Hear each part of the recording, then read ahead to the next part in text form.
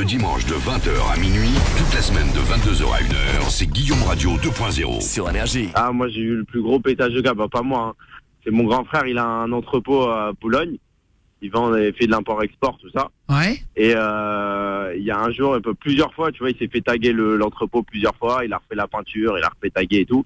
Il en a eu marre, il a commencé à mettre des caméras avec des systèmes de détection et tout. Et un soir, il est resté tard. Et exprès, il a éteint toutes les lumières. Il a dit au moins s'il y a quelque chose, je le verrai. Et ça a pas loupé. Il voit dans les caméras 2 jeunes en train de taguer tout le mur arrière de l'entrepôt. Il commence à courir pour les attraper. Le problème, c'est que les mecs, ils avaient déjà couru, ils l'avaient vu arriver de loin. Il a pris sa voiture. Il a commencé à faire le tour un peu du quartier, tu vois, histoire de voir peut-être qu'ils étaient à côté et tout. Il arrive à les choper les deux. Il se gare. Il arrive à courir. Il commence à courir après. Le mec, il faisait peut-être 1m80. Hein. Il commence à leur courir après. Il attrape un par le sac à dos. L'autre, il arrive à s'enfuir. Il se dit, bon, je vais l'amener chez les keufs, quoi. Il le met dans le coffre de la voiture et il va vers pour le commissariat.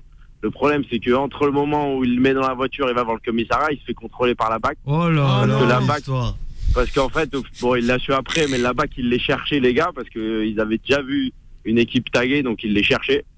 Donc contrôle des papiers, lui tout de suite, et il dit bon, messieurs, voilà, j'allais au commissariat, mais j'ai quelqu'un dans le coffre. Évidemment, il faut leur dire direct, on a les films. Ah, c'est faut me le dire. Arme au point direct, monsieur sur le côté, il ouvre le coffre, le gars en train de pleurer, il s'était pissé dans le froc. Bah il était pas bien. Évidemment, bon, là, sur l'histoire, tout passe et tout. Peut-être 3 jours après, il reçoit un appel du commissariat. Monsieur, faut venir au commissariat. Il y a quoi? Il y a une plainte du gars. Non. Parce que, plainte pour séquestration. Le gars, il avait pris un avocat. C'est mal foutu quand même. Non, mais ça, c'est abusé, ça. Sérieux, il a osé le mec porter plainte. Ça, c'est des fils de pute. C'est l'agresseur qui porte plainte. Et c'était quoi le mec? Genre, c'était un récidiviste et tout? Il faisait que ça, genre? Alors, non, le problème, c'est que le gars, il est mineur. En fait, il avait 16 ans, mais il faisait 1m80. Il s'est même pas rendu compte, tu vois. Pour lui, il pensait qu'il avait, 23 ans, 24 ans. Et en fait, le petit était mineur. Du coup, sa plainte de mon frère pour le bordel qu'il lui a foutu sur l'entrepôt, elle valait rien du tout. Et lui, sa plainte pour séquestration, ça a foutu le bordel. Ouais, et là, c'est même pas encore fini. C'est que, bon, avec des avocats, il a réussi à repousser les échéances, à essayer de se battre et tout. Mais du coup, là, c'est au mois de mars, il a encore une comparution pour avoir un verdict, quoi. Pour savoir... Bon, heureusement, ça sera que de l'oseille, il n'y a rien de pénal.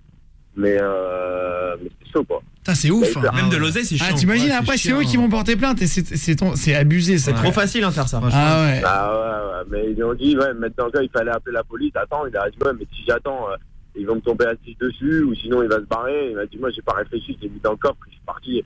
Il a dit, je voulais l'amener au commissariat, j'avais pas l'amener chez moi, l'enfermer dans le cave. Ouais, c'est dingue. Mais c'est pas passé.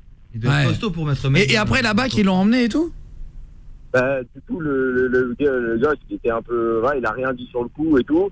Les mecs, ils ont pris le gosse, ils ont dû le ramener chez ses parents. Mais 3 jours ou 4 jours après, mon frère pensait que c'était fini l'histoire. Il a dit tant pis, il va appeler l'assurance, il reprend l'entrepôt. Et 3-4 jours après, convocation au commissariat.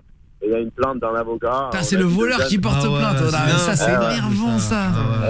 Ah là là. Plainte et il peut rien faire. Et sa première plainte pour l'État, ils s'en battent les couilles complètement. Ils s'en foutent complètement. Putain, c'est ouf. D'avoir rien du tout. C'est comme si que c'était un inconnu pour lui. Putain, c'est dingue. Sarah, tu m'entends? Sarah? Les mecs, c'est le bordel partout là, faut vite dégager. On y va les gars, on y va. Merci tout le monde d'être de plus en plus nombreux à nous retrouver sur la chaîne YouTube.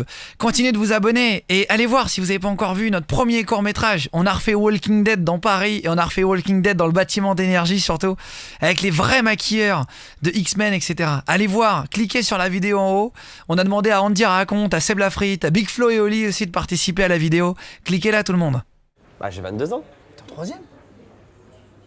Bah ouais.